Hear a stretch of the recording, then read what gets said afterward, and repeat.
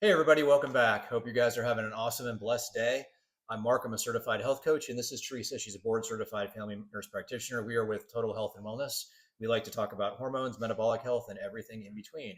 And so tonight we're going to be talking to you a little bit about Teresa's been you've been kind of on a roll lately with regards to some of your posts we've been doing. You've been talking a lot about some frustrations that you've been having around patients that come into you with information that's given to them by their providers, other providers, and it's a little bit frustrating. So tonight we're going to talk a little bit about some more hormone and metabolic health case studies, and why providers are making it so difficult for their patients. Well, and somebody on YouTube asked for a case study where they see someone after, because I do a lot of when I first see them, what I hear and stuff. So Yeah. I have two case studies before and after, one male, one female, and then I've got a couple before. All right. Do it. Let's hear them. Do it. Let's start with the guys first, because sometimes we neglect those men. So I talked to a patient for the first time after I started him on testosterone and changed his diet. So he's 50, I think he's 59 years old. At the first time I saw him, he was a pre-diabetic. His A1C was 5.8. His fasting insulin was 10.2. And his glucose was normal at 94. But his free testosterone was low at 30.8 for Quest. And he felt miserable. He had no libido.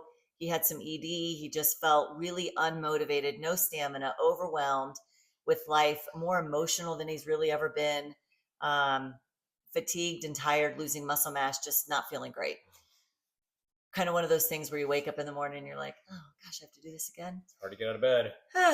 So I saw him first on February 14th, and I started him on testosterone, changed his diet, started him on homocysteine support also because he had an elevated homocysteine level, and DHEA. So I talked to him today, and I'm not going to say what his free testosterone is because it could give someone a heart attack, but it's very robust now. His libido's better. He's bugging his wife. He's more motivated, less irritable, not as overwhelmed with life. He said the biggest thing was he suddenly washed and waxed his large Sprinter van. And then when he was done, he realized he had already worked out in the morning and then did that in the afternoon and suddenly thought, who am I? What's happening? So that's the power of testosterone. However, he's old for corporate medicine. I don't think he's old, but he's going to be called old. He's going to be called old because he's 59 years old.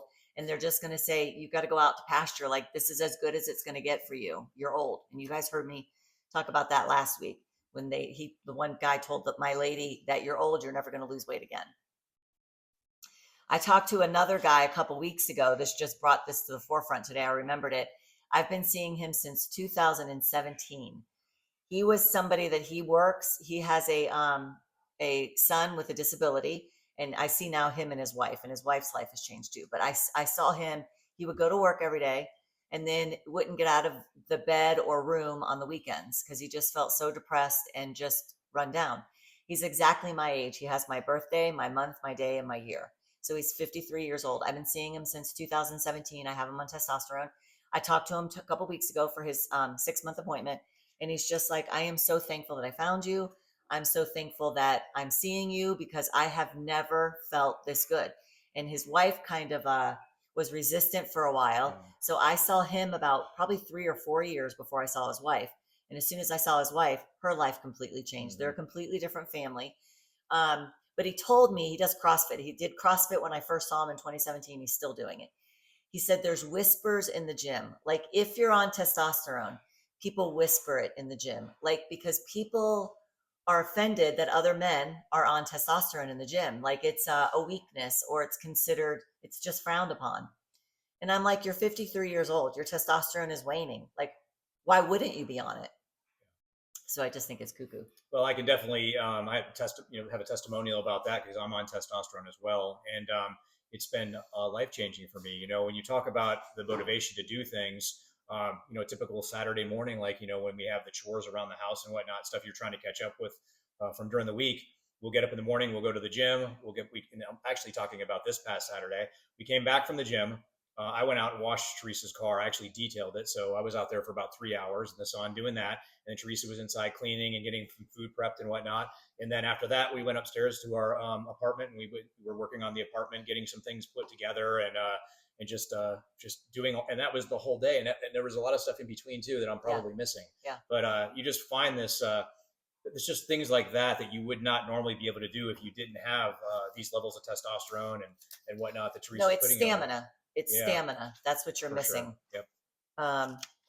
Okay, and then my next one is this is a patient who. Before you get started, also want to tell you guys, just so I don't forget, if you guys are interested in seeing a provider who can put you on this sort of a regimen and get you kind of up to speed on that, worldlinkmedical.com. That'll be in the description section on YouTube, and it'll be in the comments section on Facebook when we're done with the video. So you can actually follow that link, and there's a provider directory you can get on there, and you can find somebody closer to you. You just put in your zip code, city, state, things like that, and it'll take you to a provider who's similarly trained to Teresa. So if you're interested in that, it's there. So I just wanted to throw that out there. On the metabolic health side, we also have LowCarb USA and the smhp.org.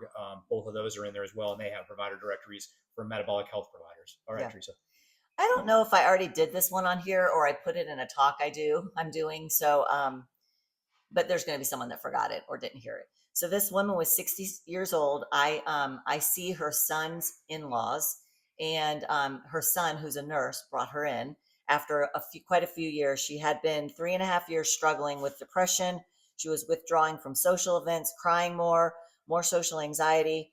No appetite, fatigue, no motivation, sleep issues that started at menopause, and menopause was at 50. So now you're 10 years into menopause, still having sleeping issues.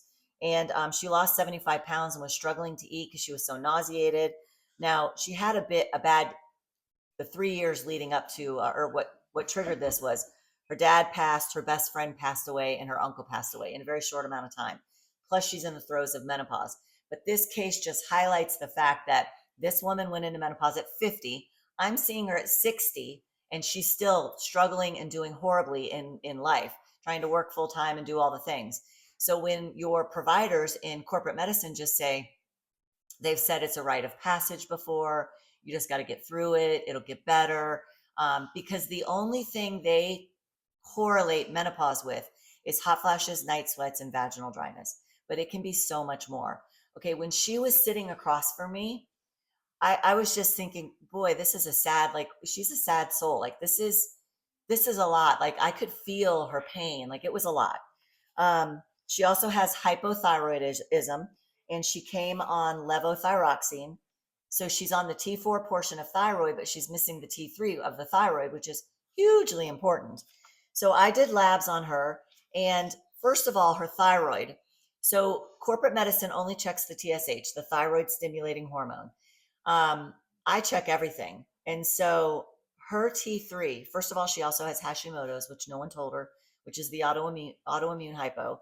Her T3 was only 2.5. T3 is the active metabolic hormone of thyroid. It's the one that resolves all the symptoms you can think of: hair, skin, and nails, energy, anxiety, depression. In the old days, psychiatrists used thyroid for anxiety and depression because we did not have Prozac and Lexapro and Paxil. So her T3 was 2.5. The range for Quest is 2.3 to 4.2 if you're my age and her age. So 2.3 is the start. 4.2 is the high end. She's 2.5. Okay, that's terrible. And then she has zero estrogen, zero progesterone, and minimal testosterone. Remember, testosterone on labs, free testosterone, which is what I go by. Anything for women above 0.1 is considered normal.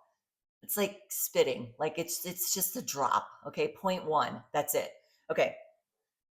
I put her on progesterone, estrogen, and testosterone. I gave her T3, the liothyronine to go with her levo, and I put her on DHEA, B12, because her B12 was only 362. The range is 200 to 1100.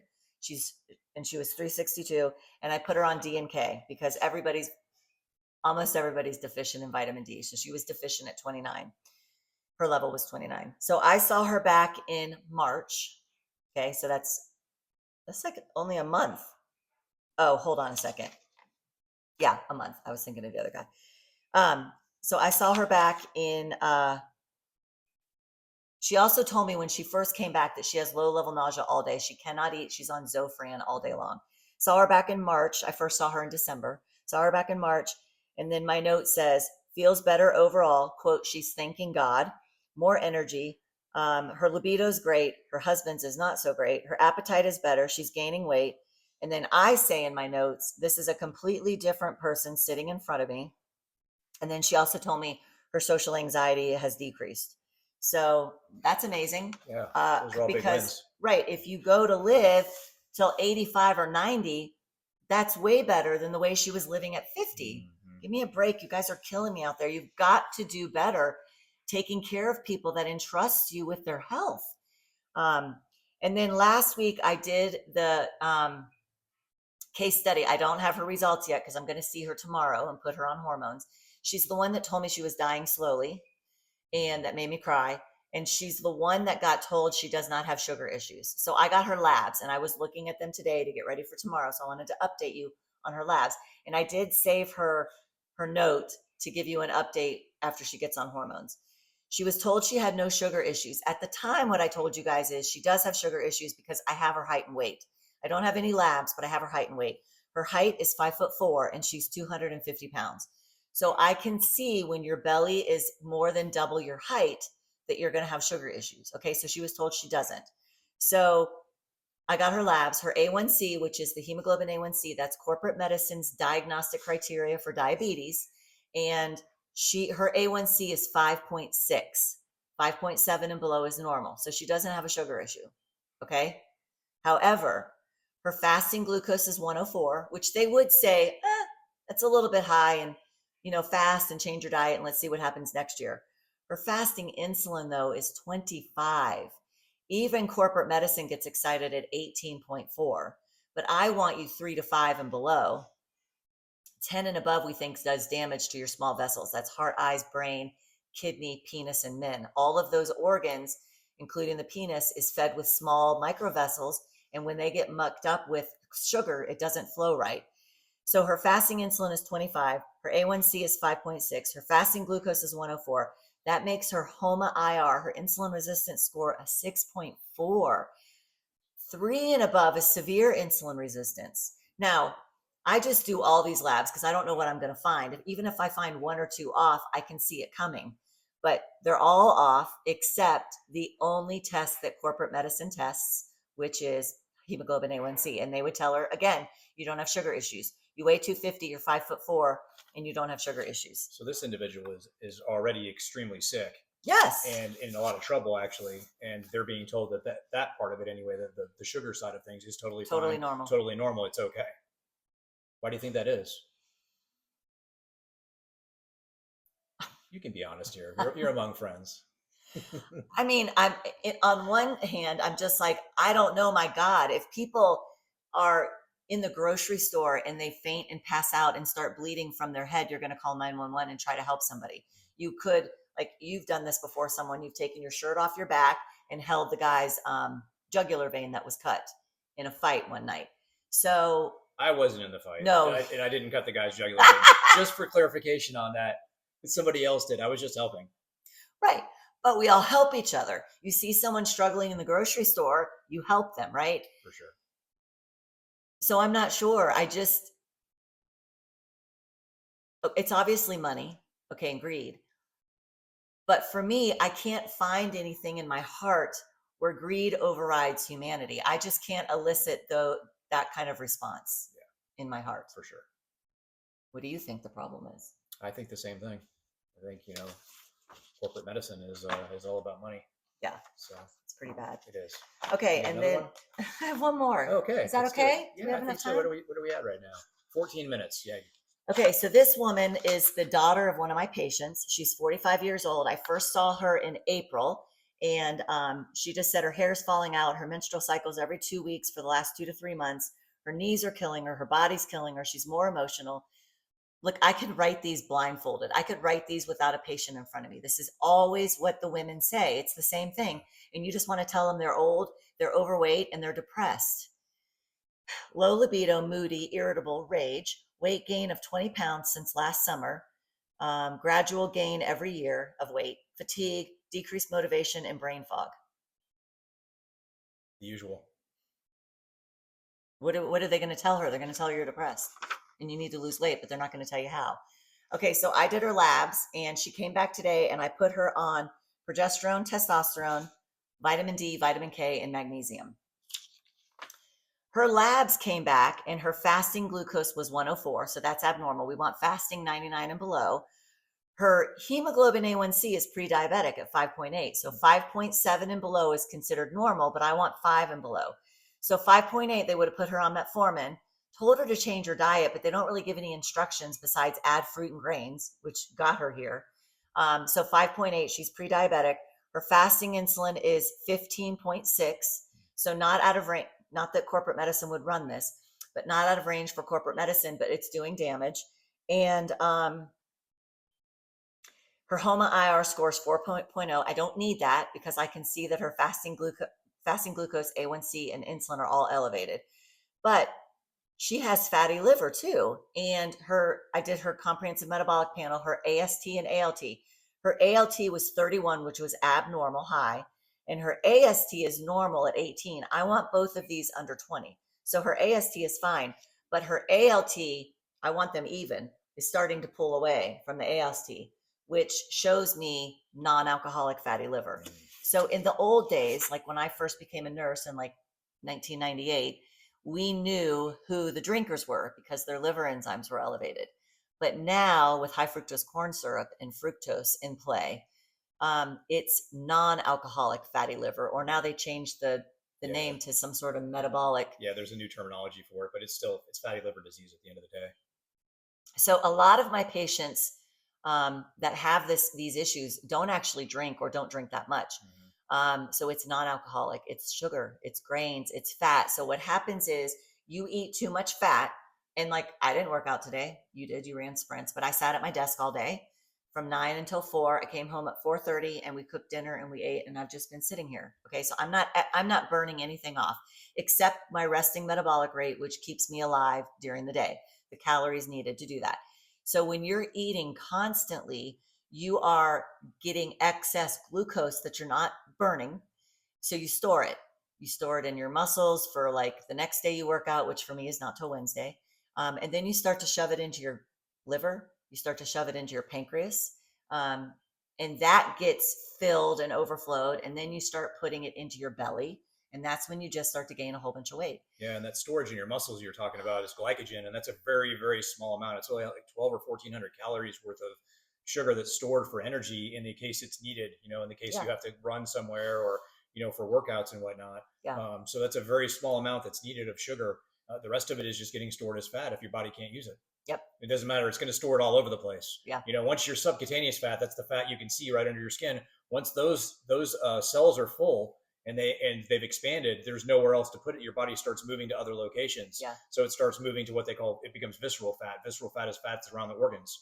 And then eventually it can become ectopic fat, which is fat in places it doesn't belong, sort of like an ectopic pregnancy is. So that's the thing that's crazy about this is all these people coming to you and you're telling me these hemoglobin A1Cs are this, and then their fasting insulin's this, and their HOMA IR is this. These people clearly were very sick a long time before it was ever identified. And we're talking about not a couple years, we're talking about 10 to 15 years before corporate medicine recognizes, oh, there's something going on. Let's put them on metformin or something. Here's your pill. And in the meantime, they're sick, they're tired, they're obese. Their life has got to suck when you're getting close to that 10 or 15 year mark. Right. And these men and women. And so the man I told you about first, he had actually low testosterone. So someone might have given it to him, but it's just still not as good as I do it. Yeah. But these men and women are still trying to work, have a family, do all kinds of these things. I mean, it's not impossible, obviously, of course, but you're not having fun. Yeah. It doesn't have to be this way is what we're trying to get at here. So hard. Yeah, for sure. But what else? Did you have anything else you wanted to say? No, I just want people to step up and shape up, and not people, but providers. Like you are charged with going to med school or nurse practitioner school for 6, 8, 10, 12, even longer as a surgeon years. You've racked up hundreds of thousands of dollars in debt, and you're still not helping people. And you're just telling people they're old or whatever. I mean, it is such, I don't even know the word. Yeah, and for you guys out there, I mean, you have obviously have a responsibility too. And for you, it's to find those providers. And unfortunately, if some of you guys have insurance, medical insurance, and you're trying to stick within that system, it's very difficult to find providers that are doing this kind of medical work.